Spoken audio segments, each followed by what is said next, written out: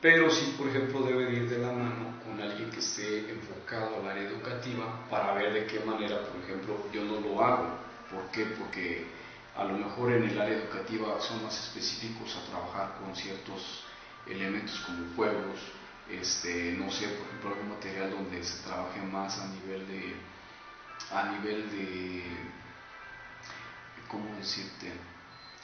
Por ejemplo, hay material ya en este caso a nivel educativo que se maneja muy adecuado para niños que traen un desarrollo, un retraso pues, en su desarrollo. Pero bueno, entonces la función del clínico complementa el diagnóstico y aparte puede ayudar a la...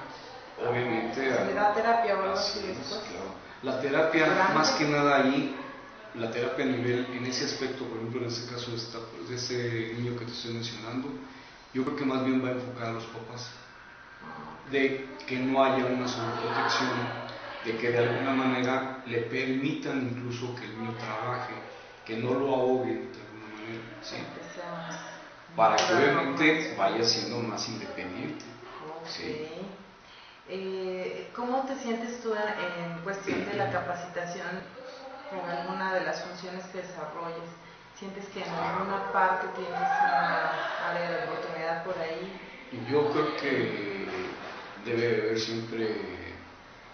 haber siempre un desarrollo, o más bien tú debes de estar siempre desarrollándote, ¿sí? En eso no está nada escrito, o sea, finalmente en la formación que te dieron en la escuela, ¿sientes qué fue lo que te faltó?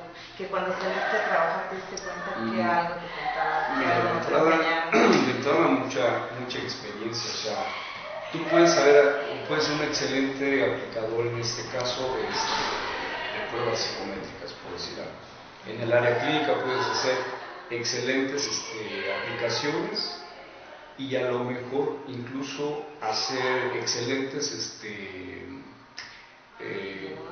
no diagnóstico, porque todavía no lo puedes hacer, pero puedes hacer perdón, se me fue la palabra, que tú evalúes de alguna manera las pruebas y hagas una excelente interpretación es la palabra. Puede ser una muy buena interpretación de lo que estás viendo ahí reflejado, ¿sí? Pero la experiencia es precisamente el observar todo el contexto. No puedes nada más basarte en una sola prueba. ¿Por qué? Porque tú puedes hacerle, por ejemplo, no sé, se me ocurre pensar una prueba donde vaya enfocado a autoestima, ¿sí? Si el paciente ese día iba de la patada, ¿sí? Puedes salirte con una autoestima completamente baja que dices, ¿y cómo anda caminando, no? ¿Me explico? Pero ahí entonces tenemos qué tan confiables son las pruebas. No, aquí más bien es qué tan confiable eres tú o qué tanta experiencia tienes como para no basarte nada más en una sola prueba. ¿Me explico? Por eso es importante que tengas experiencia donde estés viendo al paciente, lo analices, interpretes desde el momento en que entra, cómo se sienta, ¿sí? O sea, falta más experiencia, más práctica. Así es. Porque podemos ir, por ejemplo, tan sencillo, en alguna ocasión, haciendo prácticas, por ejemplo, en la clínica San Rafael, resulta ser que había un paciente que le daba la vuelta incluso hasta gente ya, como decía alguna vez el catedrático que teníamos en ese entonces, hasta él le daba la vuelta a veces, ¿sí? Cuando se daba cuenta decía, no, ya me estás llevando por aquí, a ver, espérate. Y trabajaba con él. Era un paciente muy interesante, o sea, trabajar con él. Muy inteligente. Es sumamente inteligente, ¿sí? Un sociópata, en este caso, bueno, tipo sociópata, que era muy interesante trabajar con él. Ok. Desde tu punto de vista, ¿la psicología y la psiquiatría son conciliables? Bastante. No podemos en un momento decir que nos podemos apoyar mutuamente. Nosotros no podemos recetar un fármaco, por ejemplo, para un paciente que venga con una depresión muy severa, ¿sí? Y si nosotros nos damos cuenta que el paciente, en base a la entrevista, en base a una prueba que se le haga clínica, por ejemplo, podemos en un momento decir, ok, necesito un tratamiento urgente porque viene muy deprimido. Si no lo atiendes, si no lo canalizas y lo atiendes tú, tomas el riesgo de que el paciente se te pueda ir. ¿Tú crees que sea conveniente que los psicólogos pudiéramos en un momento dado recetar? Si tuviéramos la formación un poquito más a nivel médico, sobre todo, sí, conociendo la farmacología pudiera ser, pero si desconocemos cuál va a ser la respuesta de un antidepresivo simplemente, la verdad no. O sea, si no tenemos la formación en conocimientos, no. ¿Ahora es una competencia? ¿Los consideras competencia? No, yo creo que cada quien tiene su área, es lo mismo que estamos hablando del psicólogo clínico con el psicólogo educativo. ¿Sí? Más bien yo creo que es importante saber en qué momento puedes tú conocer tus límites. ¿Sí? O sea, hasta dónde necesito de la ayuda de alguien. ¿Por qué? Porque ya no puedo yo meterme. Y no porque a lo mejor no pudiera, pero lo importante es no inventar cosas, sino ser práctico y ayudar al paciente. Okay. ¿Se necesita algún tipo de posgrado para ejercer como psicólogo clínico? ¿Tú terminaste tu carrera y empezaste a atender pacientes o estudiaste algo? No, empecé a tener pacientes. Aparte tuve, a lo mejor te puedo decir que tuve la suerte de tener una excelente, en este caso, se puede decir una excelente profesora, como fue, bueno, ¿qué podemos decirlo? Bueno, con la persona con la que estuve trabajando, de alguna manera, empezó a trabajar dentro del hospital de perinatología, obviamente en el área de psicología. Y había casos muy interesantes. Aparte, trabajó directamente en una institución donde apoyaba pacientes con problemas de parálisis cerebral, ¿sí? Con Gaby Brimer. Y ahí te puedes dar cuenta de la importancia que es tener contacto con el paciente y con los familiares de los pacientes. ¿Por qué? Porque te estás dando cuenta desde lo que te dice un libro con respecto a cuál es la aprehensión fina, qué significa la aprehensión fina. No en el libro. En el libro te dice que tú debes de tener una aprehensión fina cuando eres bebé, en cierto grado, hasta cierta edad, en este caso, postnatal.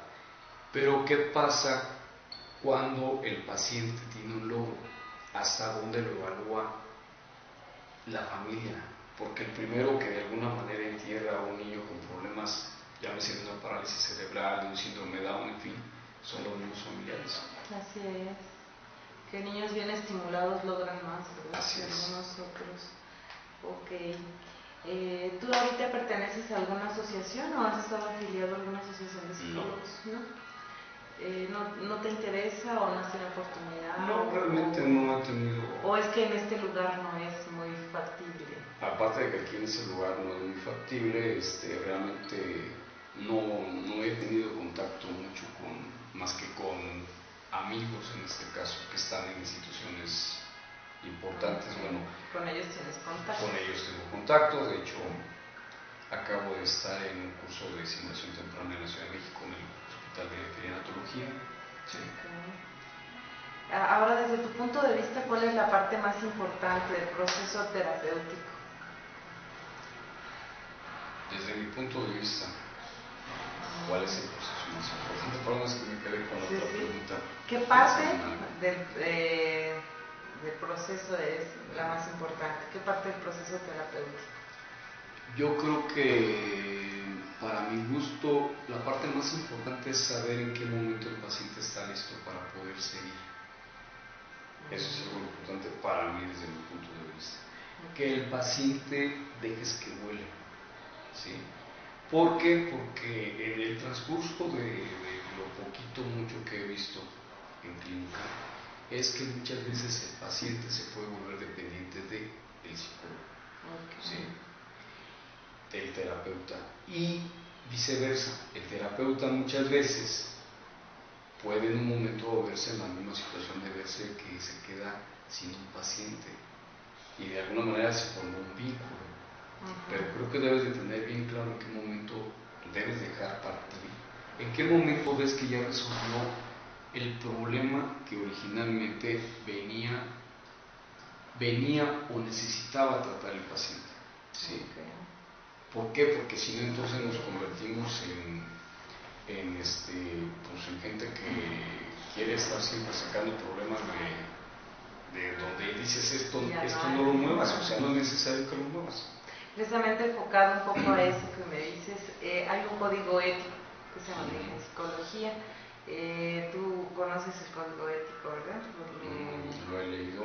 No tienen que no aprender para... Sí, no lo tengo de cabecera, pero sí. ¿Alguna cuestión que nos puedas comentar o alguna parte que te haya llamado la atención, algo que tengas muy presente a la hora de ejercer? Pues mira, lo más importante es no involucrarse con el paciente en este caso, pero no involucrarse de manera en que puedas perjudicar al paciente. ¿Sí? O sea, puedes involucrarte con él de manera en que haya un beneficio para el paciente sobre todo, no para ti como terapeuta, porque finalmente el beneficio para uno como terapeuta es que de alguna manera veas bien y feliz al paciente, que lo veas que sale diferente de como llegó. Yo creo que es el beneficio más importante para uno. Cuando haces una buena labor lo ves y lo ves tangible, así tan sencillo como eso, o sea, ves cómo sale, con una sonrisa en la boca, con otra perspectiva de vida de alguna manera. ¿En qué casos, por ejemplo, puedes violar el secreto, que es bueno, como no poder decir lo que en consulta se habla? ¿En qué caso es permitido? Bueno, yo creo que afortunadamente eso creo que nunca lo he visto o he tenido que, pero de alguna manera creo que sería en todo caso a un nivel así como que a un nivel penal, una situación a lo mejor muy, sí, cuando implique el riesgo de la integridad del paciente de alguna manera. Sí, pero fuera de ello creo que no debe haber ninguna violación. ¿Cuáles son los casos más comunes que atiendes en tu práctica profesional? Los casos más comunes. Me comentabas hace un rato que las mujeres asistimos más que los hombres. Bueno, lo que pasa es que obviamente por cuestión generacional, la mujer de alguna forma bueno, yo lo percibo así. Actualmente, en pleno siglo XXI, la mujer de alguna forma sigue siendo muy reprimida en muchas áreas. ¿Sí? Entonces, eso es una parte sumamente importante porque finalmente crece, o más bien hay muchos complejos todavía de culpa importantes en la mujer. ¿Sí? Las creencias con las cuales vivimos, con las cuales crecimos, de alguna manera hacen que en un periodo de adulto, ¿sí? Se reflejen cañón, se reflejen sobre todo en lugares donde la sociedad es muy cerrada, donde de alguna manera el machismo sigue siendo así como que el que prevalece de alguna forma. Y yo creo que en ese tipo de situaciones son las que conllevan más a cualquier situación, porque además de la mano van los hijos, o sea, una mujer maltratada regularmente maltrata. Una mujer de alguna manera maltratada es sinónimo de que los hijos van a vivir maltratados. ¿Sí? O sea, ahí no hay vuelta. ¿Sí? Okay, perfecto. Muy bien, ¿trabajas multi o interdisciplinariamente?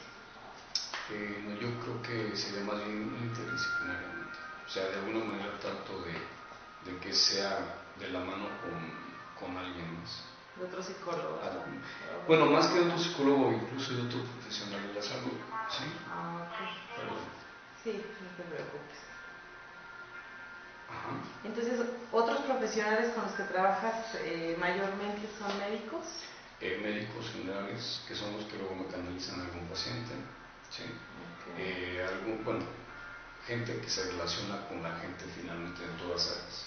Puede ser dentista, puede ser cualquier persona que tenga contacto, incluso con gente que de alguna manera sabes que te dedicas a esto, te puede canalizar algo. Ok. Mira, aquí hay otra cosa interesante que nos gustaría saber, si considera los aspectos biológicos como una parte central del proceso terapéutico o solamente considera la parte psicológica. A ver, pero estaremos hablando como de qué proceso biológico enfocado directamente Desarrollo